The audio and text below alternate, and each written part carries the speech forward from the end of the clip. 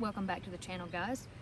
I recently made a video where I talked about public education and how I thought it was one of the most relevant things to each and every one of us in today's time, and I just wanted to make a little statement on it, share my experience, share my opinion, and I got a lot of really nice comments, and I appreciate that, and that made me feel good. And I thought maybe there's another topic I could share or talk about, something that's even more relevant than education. What could that be? And then I thought, money. Money is integral to each and every one of our lives. We all have to work a job. We have to have a source of income somewhere, that comes from somewhere, I should say, to feed ourselves, to keep our households, to care for our babies. Money is the infrastructure of this country, and I have a few thoughts on it. I have a few things that I feel like I've learned about money. I want to start by saying money, is it good or is it bad? Just like public education, there's not really a black or white about money. It's a grayscale that we all fit on somewhere. And the lines kind of become blurred with money. Money's a necessity, we have to have it. But too much money sometimes can create a place and an opportunity, not for everybody, but for some folks it creates a place for evil, for bad things and bad mindsets to take hold and wreak havoc, essentially. Some viewpoints about money that I typed up, some common viewpoints, just questions, kind of things to think on, to throw out there for you. Is having too much money a sign of a problem, a sign of greed, or does it mean that you just work really hard? Having too little, on the contrary, does that mean that you're poor or ignorant or less? Working overtime, does it mean that you are a hard worker and you're industrious, or do you prioritize money over your family? You're just obsessed with work. Having money, is it okay as long as nobody knows about it? This kind of, people have this thing, oh, I don't want nobody to know how much money I've got. They might kill me and take it or steal it, or money says something about you, makes a statement about you, defines you as a person, and I don't want that to happen. So if nobody knows anything about my finances, nobody can make a judgment or a definition about who I am as a person. Money is really tricky, and it's kind of a sticky subject.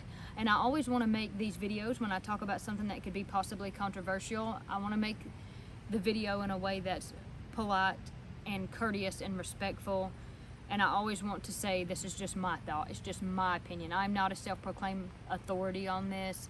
I would never want to be pretentious. I would only want to be genuine and honest when I talk about anything, but especially topics like this. And before I go any further, I want to touch on, what does God say about money? About this thing that's so integral and so necessary to our everyday life, but we also know it can be so deadly, so dangerous, and so negative if misused. What does God say about it? So I pulled up a few Bible verses. Proverbs 12:11 says, "He that tilleth his land shall be satisfied with bread, but he that followeth vain persons is void of understanding." Proverbs 13:11 says, "Wealth gotten by vanity shall be diminished, but he that gathereth by labor shall increase." I just typed up a few notes on my computer, and I had put these verses here. And God gives us specific instruction and specific information about anything in this world that we would need to know about or would want to know about. And here he's giving us information about money. "He that tilleth his land shall be satisfied with bread." So he that laboreth honestly, in a honest manner, will be satisfied with a positive outcome, bread. He that tilleth his land will be fed with bread. But he that followeth vain persons is void of understanding. So this is just a statement about honest work. If you work honestly, you will be rewarded honestly. This next one, Proverbs 13:11, "Wealth gotten by vanity shall be diminished." So if you gain your money, your wealth, your income by ways that are vain and wrong and unjust, then it shall be diminished. That's pretty plain. That's pretty simple here. Hey, I know that you have to work. I know that you need money. So labor honestly, and you can receive what you need, your increase or your paycheck. Jeremiah 22:13 says, "Woe unto him that buildeth his house by unrighteousness, and his chambers by wrong. that useth his neighbor's service without wages, and giveth him not for his work.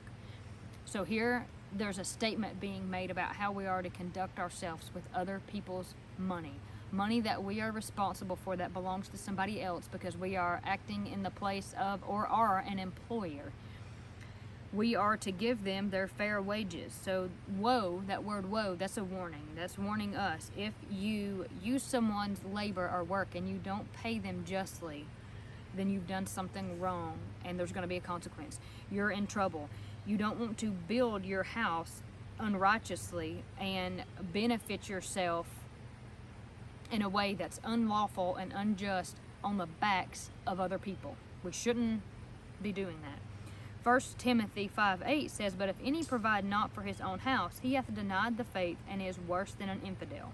So this verse is talking about when people are counting on us to provide for them with our wages, not when we're responsible to pay somebody else because they did a service for us, but what we are to do when somebody relies on our paycheck to live, essentially, because it's an elderly family member that's living with us, because it's children in our household.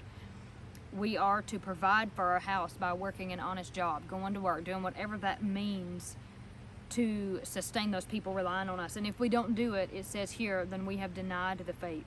And I think that means we are denying God when we are not leading and living in a godly way by being responsible and providing for those who are relying on us.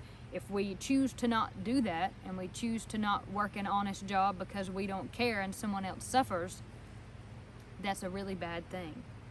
Romans 4:4, "Now to him that worketh is the reward not reckoned of grace, but of debt." So that's another way of saying, if you work, your paycheck is not due to you because, oh, my employer just had the grace, by the grace of my heart, I decided to pay you today. They're owed because they did the work, and now you have a debt to them to pay them. And it is only fair and only just if you do that. The next verse, Matthew 6:19-21, this is a very familiar verse. "Lay not up for yourselves treasures upon earth, where moth and rust doth corrupt, and where thieves break through and steal, but lay up for yourself treasures in heaven, where neither moth nor rust doth corrupt, and where thieves do not break through nor steal." And I wanted to put this in here because I think that the first few verses established a basis and a foundation for God saying, hey, I know you need money. I know you have to work. I understand that whole setup, but I just want you to do it honestly, fairly, and justly in the way that I'm asking you to do it. Now, the next step after that would be, I want you to not make that an idol. I don't want you to take something that's a necessary tool for your use and then turn it into something that you become obsessed with, something that you worship. I don't want you to lay up your treasures on earth here in this money and here in this worldly setup. I want you to lay your treasures up with me. And the very first way to do that is with Jesus, by having a relationship with Jesus, by being saved and having the salvation that Jesus' blood provided for us. There's your treasure, is Jesus. But I just really wanted to stress my understanding of that, because the Bible also in multiple other places talks about that money is the root of all evil and greed is bad. And so you're like, well, what's going on here, Katie? But I really do believe that God is making that statement. It's okay, I know you need to use it, but please put it in my hands. Give it to me. Give your finances to me, that I would be in control of them, that you would be obedient unto me and do my will, and not just money, everything, of course, but in this asset and tool that I've give you to survive and thrive here on earth. 2 Corinthians 9:7 states, "Every man according as he purposeth in his heart, so let him give, not grudgingly or of necessity, for God loveth a cheerful giver." And that's basically, what I was just talking about. Tithing, that you make a paycheck, you make an income, and instead of keeping it all, you tithe it. You give some to God. You give some to those in need. And you can pray and say, God, I want to tithe this month. Can you show me a need? And he will. He will put something or somebody or some sort of situation in front of you that you may give your tithe to that place. And you can feel good that God's will has been complete and that you have been a part of it. And that is how we make money and use money as a tool without falling into the category of being bad or disrespectful, irresponsible, and evil with money. We just do it God's way, how He's asked us to do it. So I want to move on to the last portion of this video. What do I know about money? One thing I know is if you don't spend it, you keep it. But I really think, just like I made that statement about public education, I just feel like we've got to change our mindset and our mind frame about money. We have this whole idea, or when I say we, what I should be is more specific. And society pushes this idea of you need more money, you need the big car, you need the fancy house, you need all the things and the stuff to be happy and to make a symbol of status, essentially, to say, look at me, look at what I've got.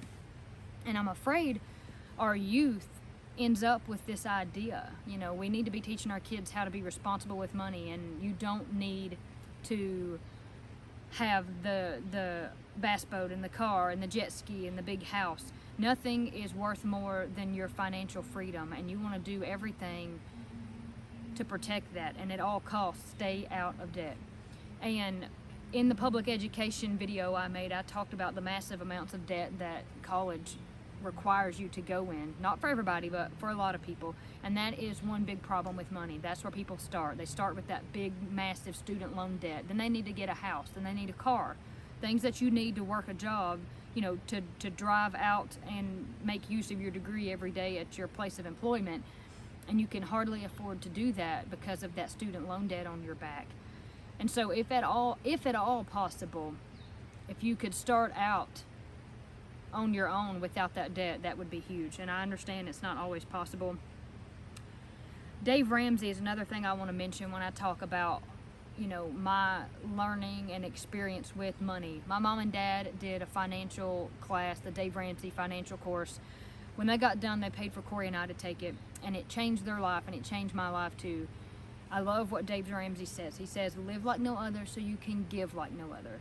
If you are under debt, get out of debt so that you can give like no other. Or if you're not in debt, change the way you use and see your finances so that you have more opportunities and more of a space in your finances to be charitable, to give. If you find yourself in debt, eat the rice and beans diet, sell your fancy car, and drive a beater around to get out of debt. And he even gives you steps and tools to do that. He talks as well about emergency fund, you know, saving money so that if something bad does happen, having a cushion in your finances, not living paycheck to paycheck. And I also understand that accidents and emergencies and extenuating circumstances happen that stretch and pull your finances, even if that's not what you had intended on. Those things do happen. I know that. It is good, though, however, to just have money saved in case something happens and then you have to spend a hefty chunk of what you've got, and at least you would have it there to spend.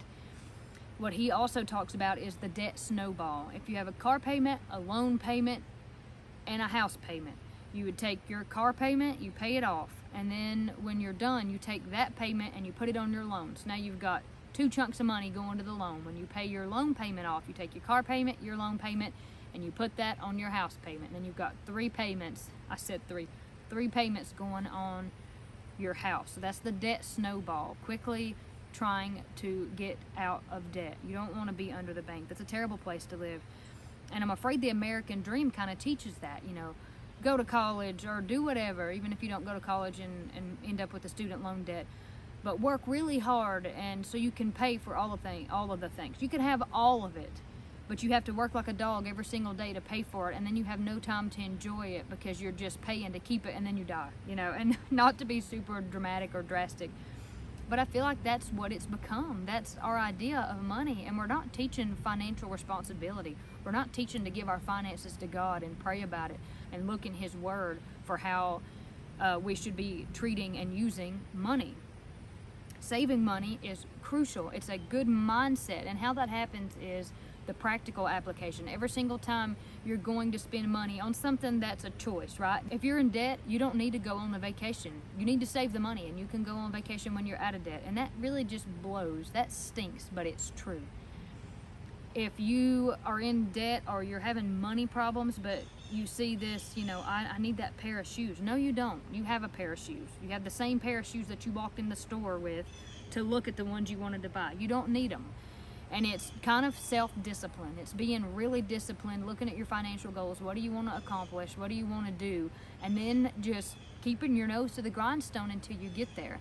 And sometimes you have to be willing to live in a different way than others, even if it means you have no friends, if it means people laugh at you and make fun of you, if you feel like a loser, then that's just what it means. But you're on a financial plan to reach this goal, and that just has to be more important than what anybody else thinks. I often find myself in that place of, most of the time nobody says anything about it, but every now and then we get a comment that's like, Katie, you're, questioning or making me feel bad for living at home and being my age. And now, of course, having my son. But part of me living here is my choice. I love being here, and my family wants me here. They love having me here. But it's also financial responsibility. It makes sense that I would stay here, be here, and save money for Ira and I's future, and not move out and just be strung out with my finances and just barely make enough to survive, especially when Corey lives right here and our job is together. Like we do this together, so it makes sense to live near my place of employment, and my shop is here and my sister is here. To me, money is an asset. It's a tool, and when I think about spending money, particularly large chunks of money, I think about worth and value, and I never want to trade down with my tool. So when I went to buy my car, I said, hey, I knew a car salesman in town, really nice guy, family friend. He found my dad a vehicle, he found my sister a vehicle, my cousin a vehicle, someone I trust. And I told him, this is what I want to spend, and doesn't have to be new, don't have to be exciting, don't have to be fancy. Just find me something that's sound, less than 100,000 miles, that works. And he took him a few months, and he called me back, and that was just, the route I had chose to go. But that is something you can do. You could say, man, I'm coming up on, my car's getting wore out, I need a new car. You don't have to buy, people don't have to buy the $60,000 and $70,000 cars. You can buy a used car. Because the problem is if you do buy the $60,000 car, the day you drive it off the lot, it depreciates in value. And the only way to get most of your value, you'll never get it back out, not all of it, but the only way to retain most of the value is to trade it back in before it gets too old, the mileage gets too high. And then you're just playing car hop all the time for that initial chunk of money that you spent. And I just don't like that. So used cars, that's a good way to go. Drive the thing until you drive the wheels off, get your value, and get your money out. It's essentially just deciding what you can live without. And also, teaching your kids, hey, it's okay, to be different. Creating that opportunity for them in the very beginning. My mom and dad did that for me. They give me opportunity after opportunity that set me up financially well, and that was just nothing, but love. They did that out of love and sacrifice for Corey and I both, and I plan to do that for Ira, setting him up financially well in all the ways that I possibly can, and teaching him those financial tenets of responsibility, and teaching him, hey, your finances belong to God. God can help you with money, to be responsible, to give, to have happiness and joy and success surrounding money, because the greenback, money is a source of stress and argument and derision with people, not just communities and the government, but relationships and husbands and, wives and friends everywhere. It's awful. It's sad. Lots of arguments revolve around money. So a lot of things there that you can do to just avoid all that at all costs, and being very careful with money. And when we are responsible with money, and we are looking to God with how we should conduct ourselves with this great tool that He's given us, then we can know that everything in our lives involving finance and money will be happy and peaceful and good to go. We don't have to live in this place of, evil money and greed and power, and this negativity and this dark cloud that surrounds money. None of that has to be something for us or anything that we would experience, so long as we're willing to do what God would have us to do with money, and that's just to be as responsible as we possibly can. And he understands, and I understand, and everybody understands that accidents and emergencies and unforeseen events happen, and there's nothing you can do about that, and there's nothing you can do about the state of the economy. If you're a young person right now and you're living at home and you're like, man, I feel like a loser, I'm never gonna have my own place, and you're struggling financially, if that's because the housing market is keeping you from being able to buy or sell or rent or whatever it is, you know, there's nothing we can do about the instability of the US dollar. It's out of my hands. If it was in my hands, I'd fix it, just as I'm sure you would too. But those larger things at play that affect money and finance, and they impact you, but they're out of your control, that really stinks, but it's not your fault. So don't beat yourself up for that. You just have to do the best that you can with that circumstance that we have right now, or whatever the economy is during whatever time we're looking at, I guess, essentially, because it does change, of course, over time. But I think that that's pretty much all I had, you know. And in closing, I would just say, you know, outline those financial goals that you have. Come up with a mindset and an idea of how you want your life with money to look, and just be disciplined with it. And you know, you can reach those goals. You can pay your house off. You can get out of debt. You don't have to live with your life being owed to the bank forever. But just be careful about whatever monetary decisions that you do make.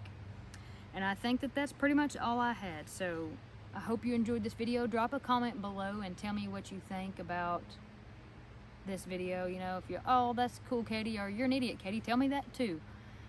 Sometimes when I watch these videos back and edit them, I always end up saying, "Aw, drats, I wish I would have said that," you know, and I can't think of it all on the spot, you know. As time goes on and you mull over a topic, you're only able to add more to it. But videos are just a one-time deal. They're just a snapshot. So without further ado, God bless you, God keep you, and we will certainly catch you at the next one. One thing I thought of that I wanted to quickly punch back into this video with, those questions that I asked in the beginning of the video, that was just kind of general questions to get you thinking about money, to put you in the mindset of our conceptions, preconceived notions about money. I've got Ira here with me. But I wanted to address those. I think that we could all agree, just because you have lots of money doesn't mean you're greedy. Just because you have little money doesn't mean that you're poor or less intelligent. Lots of things go into play when we talk about people's finances and how much money they have and how much money they don't have. Those are just some preconceived ideas, like I said, that I know we all have. And I got to thinking, oh my goodness, what if someone thinks that I think that?